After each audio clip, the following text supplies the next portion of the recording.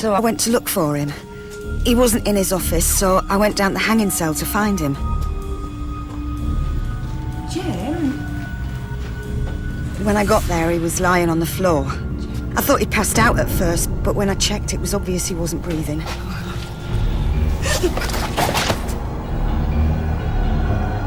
What about the blood?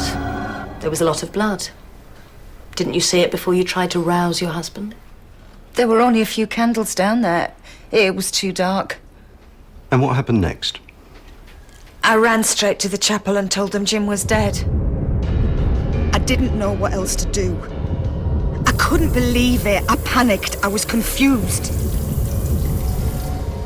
I couldn't think straight. I shut down, became numb. Everything was a blur. I was fighting to make some kind of sense out of what had happened and who could have done it. By the time I reached the chapel, all I knew was my husband was dead and someone in that room had killed him. Someone in that room had murdered Jim.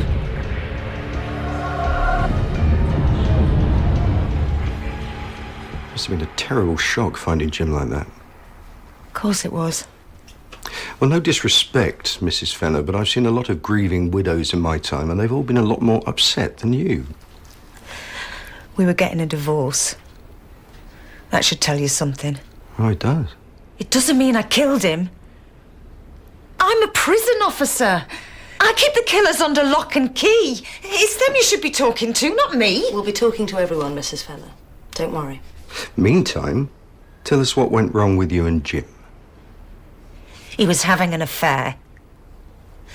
She'd been hounding him for ages. She tried every trick in the book to get her hooks into him. You know what men are like. They'll go whichever way their trousers point. All the same, after 3 months of marriage, must have hurt. Of course it hurt. Enough to stab him in the throat? I didn't kill him. Then who did? Well, maybe you should ask her. He's bit on the side. It's not enough that he had to go screwing some tart behind me back. He had to go and shag a con. A prisoner? Buxton. Natalie Buxton. Coming on to Fenner? You must be joking, that bastard.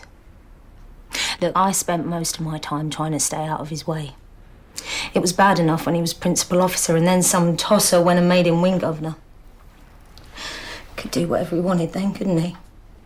So you're suggesting that Fenner was, what, taking advantage of his position? Taking advantage of me, more like. You mean sexually? Do I have to spell it out for you two? Mrs. Fenner says that you wrote her a letter telling her about your affair. Somebody else wrote that. Out of spite. Look, if I was having an affair with Fenner, why the hell would I tell his wife? To taunt her, perhaps? No, I'll tell you what happened. She cottoned on to the fact that her husband fancied me more than he did her. And she didn't like it one bit.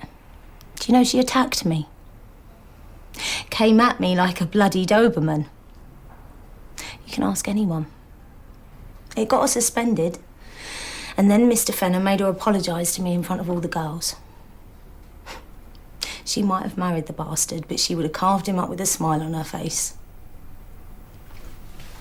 OK, Natalie. Thanks. Anytime, Inspector.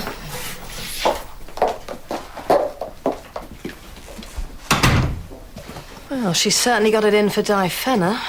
But if he was hassling her like she says, Buxton's got as much motive as the wife for killing him. Told you this was going to be fun.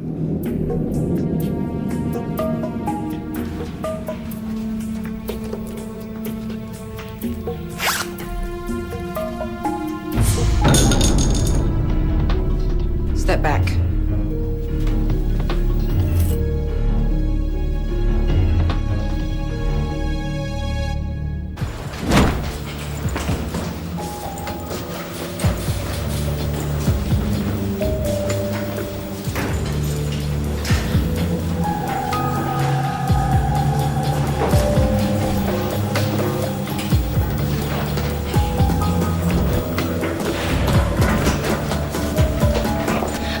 What lies you've told the police.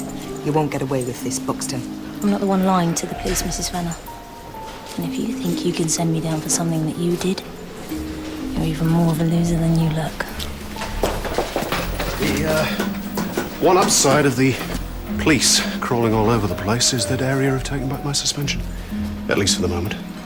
They need me to look after things. Well, good for you. How'd it go with Hayes? Well, why the hell pick on me? There's plenty of others in this place better qualified for murder. All the same, you may have had your reasons. And I'm not the only one, am I, Neil? Jim's dead and you've already got your job back.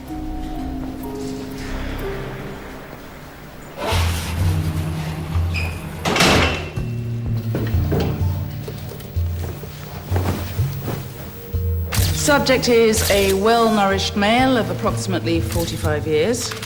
Severe scarring to the abdomen. It's an irregular scar, possibly caused by a broken bottle. There's also some bruising. Looks like he's been in a fight recently. Obvious trauma to the throat. Clearly a puncture wound caused by a sharp instrument of some kind. Any thoughts on the weapon? Not at the moment, but it doesn't look like a knife. The wound's rounded. What about a sharpened cane, say a garden cane? Perhaps. Whatever it was, whoever was on the other end of it, they weren't messing about. There's a lot of force behind the blow. Probably pierced the carotid artery, hence the amount of blood. Yeah, it was for Fenner. For self-defense. Are you telling me Mr. Fenner threatened you? I'm telling you, he was a vicious, evil bastard that treated this place like a frigging doll's house. He played nice enough with some of the women if they gave him what he wanted. But he'd end up ripping the heads off all of them in the end. And I'm guessing you didn't give him what he wanted. Too bloody right. And he didn't like that, so you ended up stabbing him in the throat with this. I wish. There's blood on it, Kerrigan. Mine.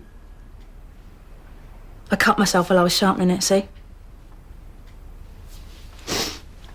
Can I go now? There's a party on the wing. Christmas came early this year.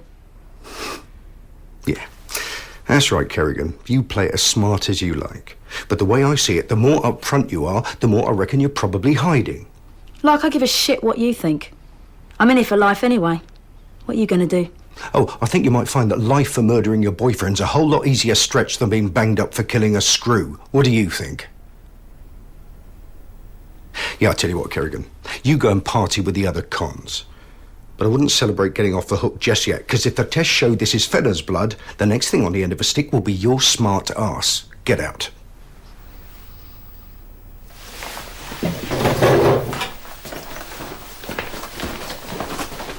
Oh, that's quite interesting. You going to let me in on it?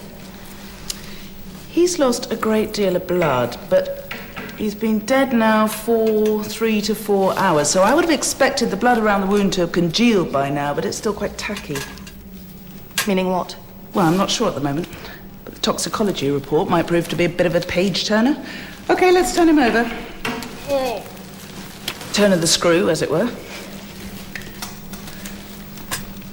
Now, what is this?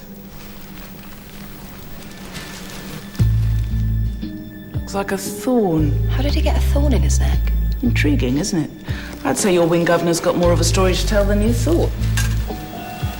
OK, let's take a look at the inside story, shall we?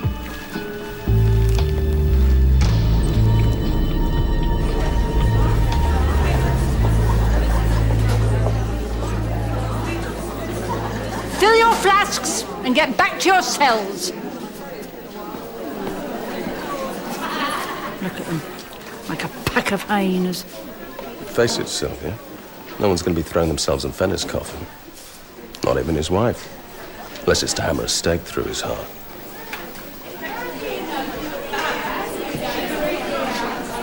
What's going on? Tell me. The cops found that stick on me. Shit. You killed him? No. Looks like I was too far back in the queue. If I killed him, do you think the cops would let me go?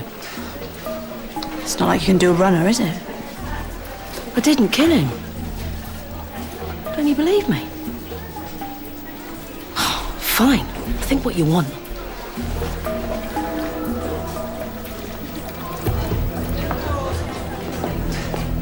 I hope you've been on the phone to cancel your order. Assuming they had nothing to do with this. Don't worry, Mr. Spears. We're not guilty of anything except our evil thoughts. get it, Ju. All that planning, making them candles.